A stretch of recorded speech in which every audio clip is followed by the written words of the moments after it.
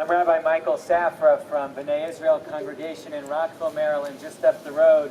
And it's a privilege for me to be here with you today. We stand here on Election Day.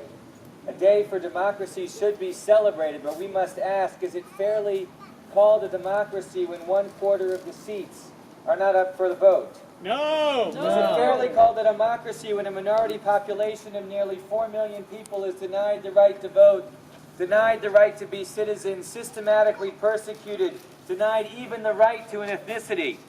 We are told that what's happening to the Rohingya is not ethnic cleansing because the Rohingya are not an ethnicity.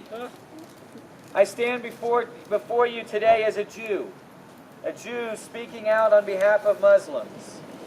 The United States Holocaust Memorial Museum has issued its report that the Rohingya suffer from a combination of state-sponsored discrimination, popular hatred, which together create a climate of racism, xenophobia, and hate.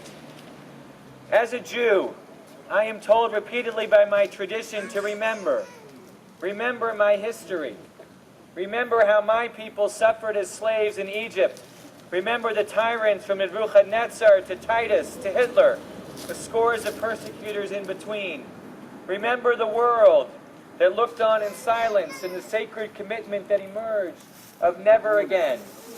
Remember that a person who has saved a single life is considered as having saved an entire world, and that a person who has destroyed a single life has destroyed an entire world.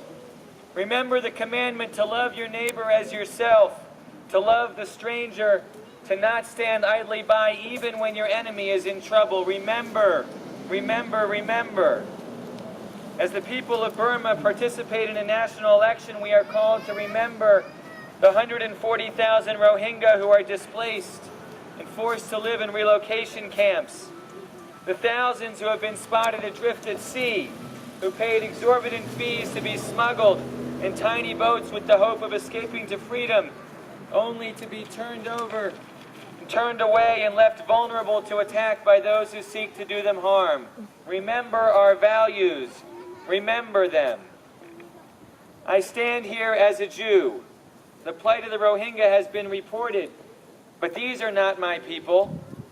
Our numbers today are few. Lots of people have other things to do. Let someone else fight this fight. But I remember a teaching from our greatest sage Hillel. In a place where there are no men, seek to be a man. In the face of silence, we must speak out on behalf of the persecuted people without a home. We must speak out against limits on the right to marry, to bear children, or even to travel to a neighboring village.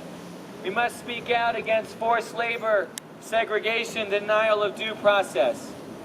I stand here today as a Jew because I remember the words of Hillel, "If I am not for myself, who will be for me?